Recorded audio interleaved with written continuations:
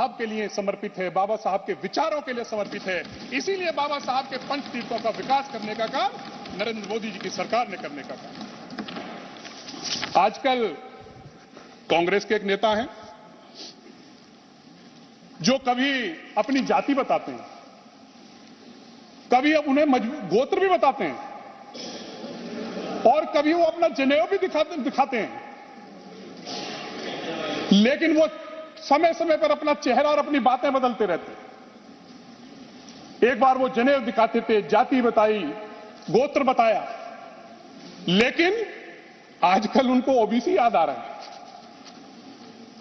लेकिन ओबीसी के प्रति कांग्रेस की सोच क्या है?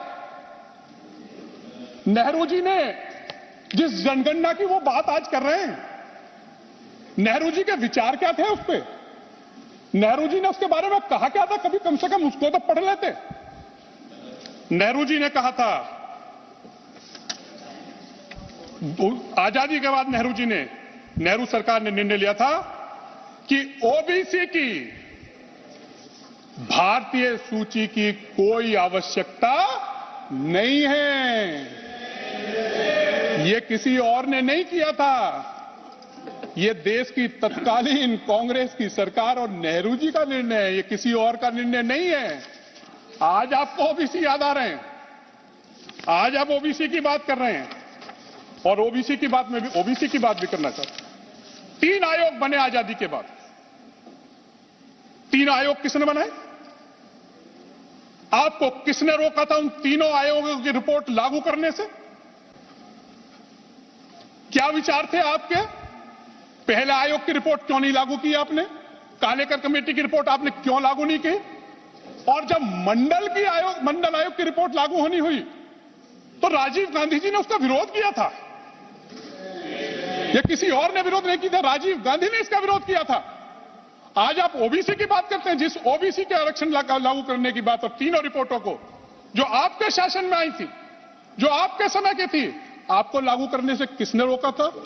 हां, आपको एक परेशानी है कि इस देश के बैकवर्ड समाज का सौभाग्य है कि देश की आजादी के बाद नरेंद्र मोदी जी के रूप में इस देश को प्रथम बैकवर्ड प्रधानमंत्री मिला। यह आपको बर्दाश्त नहीं, इसे आप डाइजेस्ट नहीं कर पा रहे हैं। यह आपकी परेशानी है, इस परेशानी को हम समझ सकते हैं, लेकिन इस देश का पिछड़ा, इस देश का अनुसूचित जाति का लोग, इस देश का अगड़े समाज का जो सबसे नीचे पायदान पर रहने वाला व्यक्ति है, वो समझ चुका है कि उनके लिए अगर किसी ने काम किया है तो इस देश के प्रधानमंत्री नरेंद्र मोदी जी और नरेंद्र मोदी जी की सरकार ने करने का काम किया। माननीय सभापति जी, अगर मैं ओबीसी की बात करूं, राजनीतिक नेतृत्व की बात करूं, प्रधानमंत्री जी के रूप में नरेंद्र मोदी जी हमें मिले, और अगर राजनीतिक भागीदारी की मैं बात करूं, राजनीतिक भागीदारी में अगर आप उठा लीजिए, आज सबसे ज्यादा ओबीसी के लोकसभा के सदस्य किस पार्टी के हैं? बीजेपी के। अगर आज देश में सबसे ज्यादा ओबीसी समुदाय के विधायक हैं तो बीजेपी के हैं। अगर विधान परिषद के सबसे ज्यादा ओबीसी के सदस्य हैं तो बीजेपी के हैं।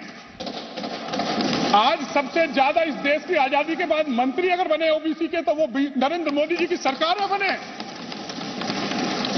सबसे ज्यादा राजनीतिक हिस्सेदारी, जिसकी लड़ाई, जो बाबा साहब ने जिसके लिए संघर्ष किया, जो बाबा साहब को आपने हरवाने का काम किया, राजनीतिक हिस्सेदारी, राजनीतिक नेतृत्व तो आपने नहीं उभरने दिया, वो राजनीतिक हिस्सेदारी देने का काम ओबीसी के लोगों को नरेंद्र मोदी जी की सरकार ने और नरेंद्र मोदी जी की सरकार ने काम करने का। आपने क्या किया? नौकरी की तरफ ओबीसी एससी को नौकरी मिल जाए, आरक्षण की आप बात करते थे, जिसमें आपकी नीयत नहीं थी, नेहरू जी की भी नीयत नहीं थी। लेकिन नरेंद्र मोदी जी की तो बधाई देना चाहूंगा इस देश के प्रधानमंत्री जी को। उन्होंने समाज के उस वर्ग को, जो ओबीसी का सबसे पिछड़ा वर्ग है, जिसे हम विश्वकर्मा समाज कहते हैं, जो नाई, जो हमारा धोबी है, जो लोहार बढ़ई है, उस समाज, कुम्हार, जो अपने हाथ से काम करता था, जिनके पास स्किल होता था, वो धीरे धीरे इस नौकरी के चक्कर में वो स्किल उनका खत्म हो गया। इस देश के प्रधानमंत्री ने समाज के उस वर्ग की चिंता करने का काम किया और विश्वकर्मा जैसी महत्वपूर्ण योजना उनके लिए लेकर आए, जिसमें उनको स्किल तो किया ही जाएगा, उनको साथ साथ उनको अपना व्यापार करने के लिए भी उनको संसाधन उपलब्ध कराए जाएंगे, उनको धनराशि उपलब्ध कराई जाएगी। ये इस देश के प्रधानमंत्री नरेंद्र मोदी जी की सोच। माननीय सभापति जी, किसानों को लेके एक बड़ी योजना पहले किसानों से पहले मैं आयुष्मान के अपने अनुभव जरूर शेयर करना चाहूंगा। सभापति जी, आप भी किसान पुत्र हैं, आपने भी गांवों में देखा होगा अपने समय। गांव में अगर अक्सर हमारे बहुत से लोगों का अनुभव हो जो रूरल बैकग्राउंड से आते हैं, वहां जाकर जब किसी गरीब परिवार का व्यक्ति बीमार हो जाता है और उसके पास इलाज के लिए पैसे नहीं होते, तो वो एक काम करता है कि पहले तो यह करता है कि कहीं से पैसे उसको उधार मिल जाए। अगर उसको गांव में कोई उधार भी नहीं देता था तो फिर उसके बाद वो कर्ज लेता था, और जब गंभीर बीमारी हो जाती थी, लाइलाज हो जाता था, वो संभव नहीं हो पाता था, तो वो अपने मरीज को अपने घर लेकर जाता था धन के अभाव, और उसको समय का उसका इंतजार करता था। ये स्थिति हमारे गांवों में आम आदमी, गरीब आदमी की थी। ये पीड़ा थी इस देश की इस गरीब की इस पीड़ा को समझने का काम आयुष्मान योजना के माध्यम से देश के प्रधानमंत्री नरेंद्र मोदी जी ने किया, और आयुष्मान योजना लाकर इस देश में किसी भी गरीब परिवार के व्यक्ति को और इलाज के लिए पैसे की जरूरत नहीं पड़ेगी। 5 लाख तक का इलाज फ्री देने का काम आयुष्मान योजना के माध्यम से देश के प्रधानमंत्री जी ने किया है। और सभापति जी, मुझे अब ये विकसित भारत जो हमारी यात्रा थी उसमें जाने का मौका मिला, कुछ लाभार्थियों से मिलने का भी मुझे मौका मिला। मैं एक दो अनुभव बताकर अपनी बात समाप्त करना चाहूंगा। मैं एक महिला लाभार्थी से मिला। मैंने महिला लाभार्थी से पूछा कि क्या तुम्हें लाभ मिला, क्या हुआ? उसने बताया कि मेरे घर में सांसद जी 5 लोगों को डेंगू हुआ था। मैंने कहा हुआ क्या फिर उसके बाद? बोले हम तो इलाज कराने गए और हमें एक पैसा भी नहीं देना पड़ा, 5 का इलाज फ्री हुआ।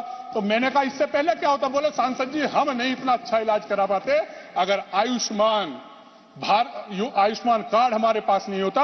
और उन्होंने मंच से खड़े होकर इस देश के प्रधानमंत्री नरेंद्र मोदी जी का आभार व्यक्त करने का काम किया। मैं बहुत ज्यादा समय नहीं लेते हुए अंत में एक बात कहकर, दूर लोगों को पास करते हैं, काम हर एक खास करते हैं, मोदी नाम है उस इंसान का, साथ सबका विकास करते हैं। धन्यवाद।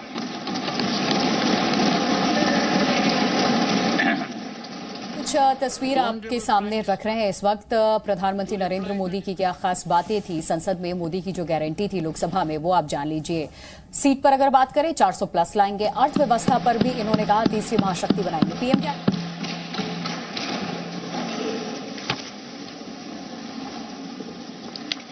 आदरणीय सभापति जी, मैं यहां आदरणीय राष्ट्रपति जी के अभिभाषण की चर्चा में भागीदार बनने के लिए उपस्थित हुआ हूं और मैं आदरणीय राष्ट्रपति जी के भाषण को मेरी तरफ से आदरपूर्वक धन्यवाद भी देता हूं, अभिनंदन भी करता हूं।